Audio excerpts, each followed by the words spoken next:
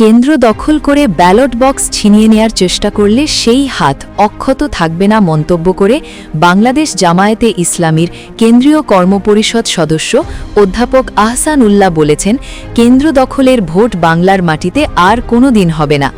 শনিবার ২৪ জানুয়ারি ২০২৬ বিকেলে নির্বাচনী গণমিছিল শেষে মুক্তমঞ্চে সমাবেশে প্রধান অতিথির বক্তব্যে তিনি এসব কথা বলেন। জনগণ এখন সচেতন বলে মন্তব্য করে কেন্দ্র দখলের মনোভাব থাকলে বাড়ি থেকে বিদায় নিয়ে আসতে হবে বলেও হুঁশিয়ারি জানান তিনি বলেন, কথায় কথায় হুমকি ধমকির রাজনীতি আর বাংলার জনগণ মেনে নেবে না। জামায়াত নয়রাজ্যে বিশ্বাস করে না উল্লেখ করে তিনি বলেন, শান্তির রাজনীতিতে সকলকে ঐক্যবদ্ধ হয়ে সম্প্রীতির বাংলাদেশ গঠন করতে হবে।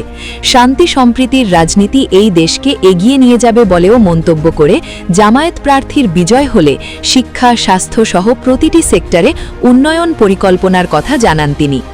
এ সময় তিনি বিএনপিকে উদ্দেশ্য করে বলেন, বাংলার মানুষ ভিক্ষুক নয়, যেন ফ্যামিলি কার্ড নিবে। তিনি জানান, আত্মকর্মসংস্থান সৃষ্টি করে নিজেদের আয়ে পরিবারকে চালানোর জন্য মানুষকে এগিয়ে নিতে কাজ করবে জামায়াত। আল্লাহ পাক সকলকে হাত পা দিয়েছে মন্তব্য করে কারও দয়ায় নয়, কর্মের মাধ্যমে নিজেদের স্বাবলম্বী করে গড়ে তোলার উপর জোর দেন এই নেতা। বিএনপি এখন জনবিচ্ছিন্ন একটি দলে পরিণত হয়েছে মন্তব্য করে এমপি প্রার্থী অ্যাডভোকেট ইয়াকুব আলী চৌধুরী বলেছেন, জনগণ ব্যালট বিপ্লবের মাধ্যমে আগামী ১২ই ফেব্রুয়ারি নির্বাচনে ন্যায় ও ইনসাফ প্রতিষ্ঠায় ১০ দলীয় জোটের প্রার্থীকে জয়যুক্ত করবে।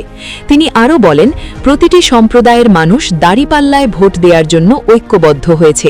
কথায় কথায় দাঁড়িপাল্লার নেতাকর্মী, এনসিপি সহ জোটের কর্মীদের হুমকি দেওয়ার কথা উল্লেখ করে প্রশাসনের দৃষ্টি আকর্ষণ করে লেভেল প্লেয়িং ফিল্ড তৈরির আহ্বান জানান অ্যাডভোকেট ইয়াকুব আলী চৌধুরী। এতে নির্বাচনী আচরণবিধি ভঙ্গ করলে সকল প্রার্থীর বিরুদ্ধে ব্যবস্থা গ্রহণে প্রশাসনের দৃষ্টি আকর্ষণ করে নিরপেক্ষ ভূমিকা পালনের আহ্বান জানান তিনি।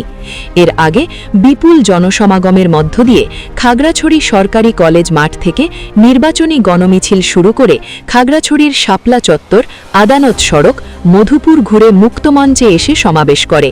খাগড়াছড়ি জেলা জামায়াতের আমির অধ্যাপক সৈয়দ মোহাম্মদ আব্দুল মোমেনের সভাপতিত্বে একে বক্তব্য রাখেন খাগড়াছড়ি আসনের ১০ দলীয় জোট প্রার্থী অ্যাডভোকেট ইয়াকুব আলী চৌধুরী, এনসিপির খাগড়াছড়ি জেলা আহ্বায়ক মোহাম্মদ নূরে আলম, বাংলাদেশ খেলাফত মজলিসের সভাপতি আনোয়ার হোসেন মিয়াজি, শ্রমিক কল্যাণ পরিষদের সভাপতি আব্দুল মান্নান সহ জোটের বিভিন্ন নেতাকর্মীরা এতে বক্তব্য রাখেন।